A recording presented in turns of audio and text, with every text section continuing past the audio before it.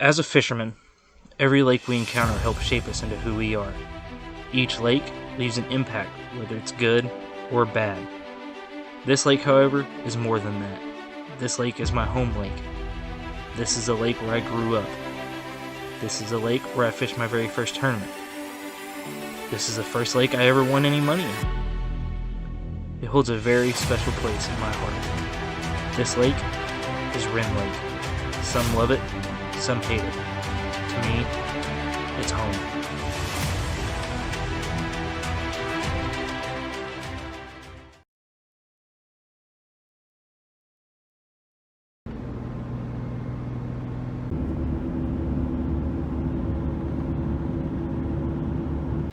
So how's it going, everybody? It is practice evening 1 for the upcoming BFL this Saturday here on my home lake, Rend Lake.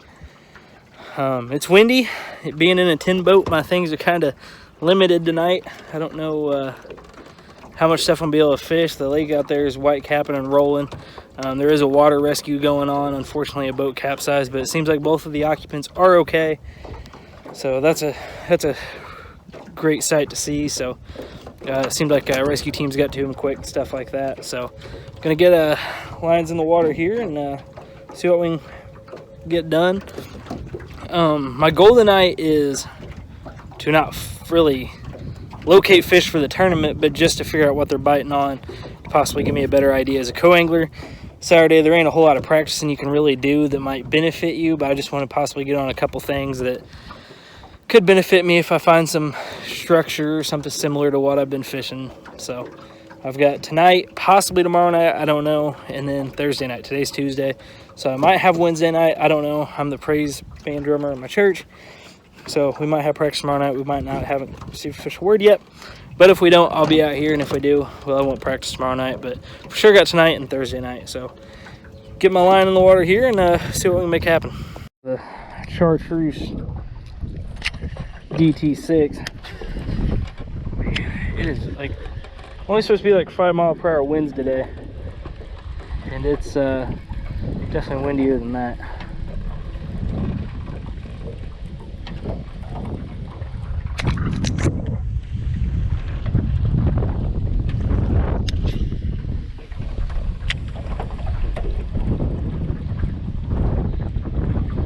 I am going to set the hook on every fish that bites, because I mean, it really ain't gonna make much of a difference being a co-angler. I mean, the chances of me fishing the exact same stuff the exact same way are pretty slim. So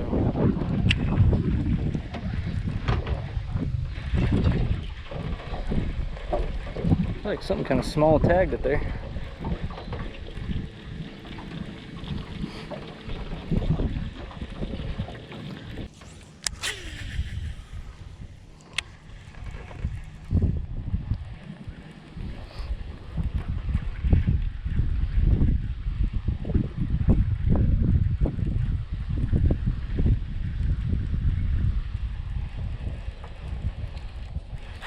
There we go.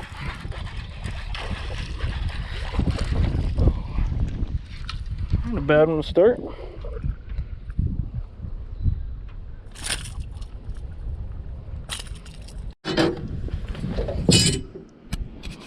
Bass out here gotta be 14. I know he ain't 14, but actually, you know what? He touches right there. It'd be a keeper bass in the tournament. So 14-incher to start the day. Oh, I felt like something tagged it a couple times prior to that one. So, might give a couple more casts here. Come on, get off there. So basically, like what I'm targeting here, this is basically just like a little rock island, a riprap island that they have power pole on, and you got the regular bank over here, and then when you got wind blowing like this almost works like a stream or a current through here, and it kind of just rips through there. And bass like to set up right here on this point. Oh, there was a hit, but they like to set up right there, and then bait fish will be all up in there. So I usually fish this pretty heavily each time I'm through here. You guys won't see this video until after the tournament. So hopefully by the time you're watching this, I've already gotten a nice trophy that says Rend Lake on it and have a little bit of a heavier wallet. So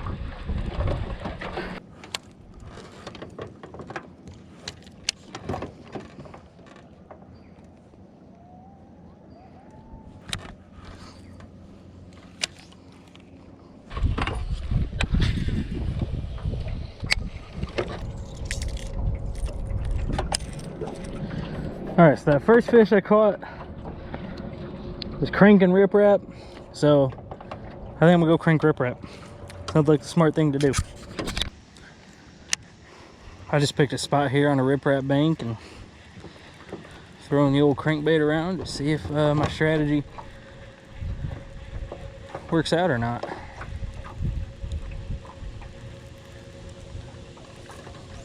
Sometimes that first fish of the day can give you a big hint on what you need to do.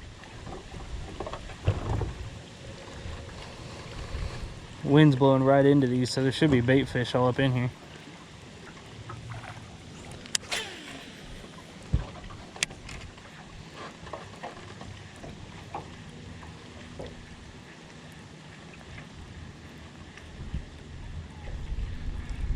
Probably can't tell by the GoPro, but it's like rolling like an ocean out there. Oh, this lake is so dangerous.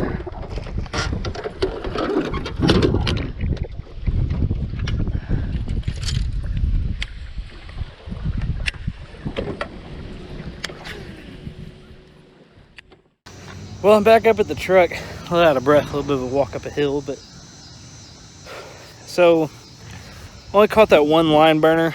He's barely a keeper, like barely a keeper. That one fish could go a long way here Saturday. I know it sounds crazy compared to most lakes, but 5-6 pound here could get you in the top 10. I mean, that's literally how bad of a lake this can be, especially this time of year. I was looking at some results from a couple years ago, and there's a tournament this month, and when it was like hot like this, and it took like 10 pound to win and only like 2 pound to get a check. So I mean, anything's possible here. I eliminated a lot of water. I feel like I eliminated a couple things too. Crank and riprap is the way I caught my 2 fish, that one dink and then one line burner. So I'm not going to rule that out completely, because here at Rend you can't rule out anything completely. But I think I could do that in different areas of the lake and catch fish. But I need to find a way to slow down and catch more of them. So that's going to be the plan. I think either tomorrow or the next night, whenever I get out here next, and go from there. So this might not be the most exciting video ever, but it's going to be a series. I'm going to film basically this whole week, even the nights I don't fish. Film a little bit of things, how I prepare and things like that. So this one means a lot to me. It's my home lake. Nothing would mean more than to get an MLF trophy with Rend Lake printed on it. So that'd mean a lot. So grew up on this lake, fished my very first tournament on this lake, so it's a lot of sentimental stuff. So hope you guys at least enjoyed some of it. Stay tuned, because I got a lot of cool content coming out. You guys will be watching this after the tournament, like I said earlier, so hopefully by the time you guys are watching this, good things have happened. But so stay tuned, and stay tuned for the more episodes coming. I'm definitely going to film. If my boater don't want me to film Saturday, I really don't know what I'm going to do. I guess I'm nicely going to say that I film on this lake all the time anyway. So there's nowhere that he can take me that I haven't filmed or will film at some point in my life. So, I mean, I live 5 minutes from here. So hopefully I can convince whoever it is to let me film. So hopefully you guys get to see all that. So I'm going to wrap it up here. Get the boat out of the water. So stay tuned, guys. God bless you. See you next time.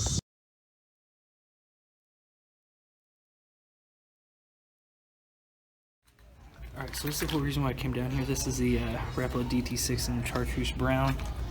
Rend Lake, that chartreuse pops a lot more. Something like this is what I use a lot of the time.